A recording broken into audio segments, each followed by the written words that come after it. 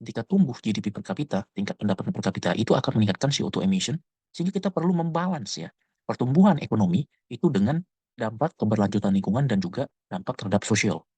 Dan banyak negara dan juga perusahaan yang kesulitan untuk menemukan CO2 drivers. Nah, kita di Patria Info menyediakan solusi ya dengan menggunakan artificial intelligence dan juga data analytics machine learning ya, sehingga user tidak perlu lagi ya untuk melakukan coding dan sebagainya. Hanya dengan typing ya kita bisa menentukan key drivers ya.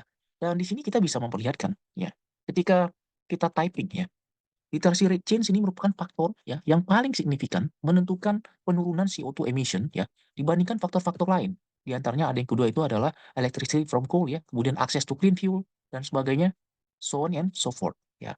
Dan kita bisa personalize ya, kita klik Asia dan di sini bisa dilihat bahwasanya setiap negara, setiap benua itu akan memiliki profil yang berbeda-beda ya.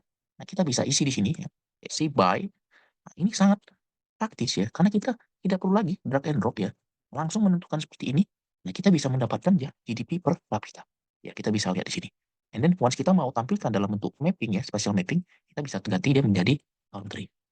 Ya. Jadi cukup praktis ya, dan kita bisa menentukan key drivers.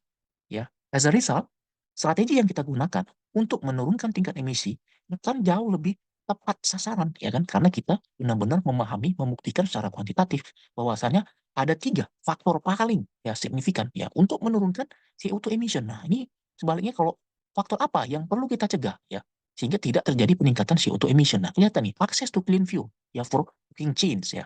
Lalu juga ada poverty ratio ya dan juga electricity from coal. Kalau kita perhatikan ya, electricity from coal selalu muncul.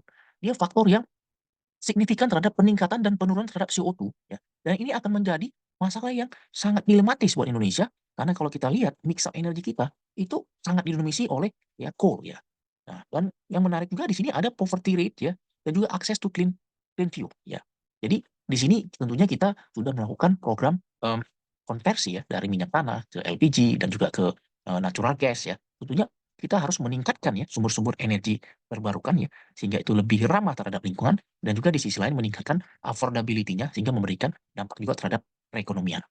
Jadi dengan menggunakan ya artificial intelligence dan machine learning ya, kita dengan mudah untuk menemukan key drivers sehingga solusi yang didesain ya untuk meng-achieve zero carbon emission itu menjadi tepat sasaran. Seperti halnya apa yang kita lakukan di Port of Time ya pada saat kita memenangkan hackathon di Maritime Innovation Week.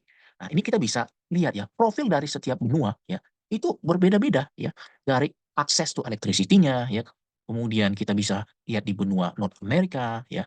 Nah, lalu juga ada di Oceania ya dan kita bandingkan juga di Eropa ya, dan juga di Asia.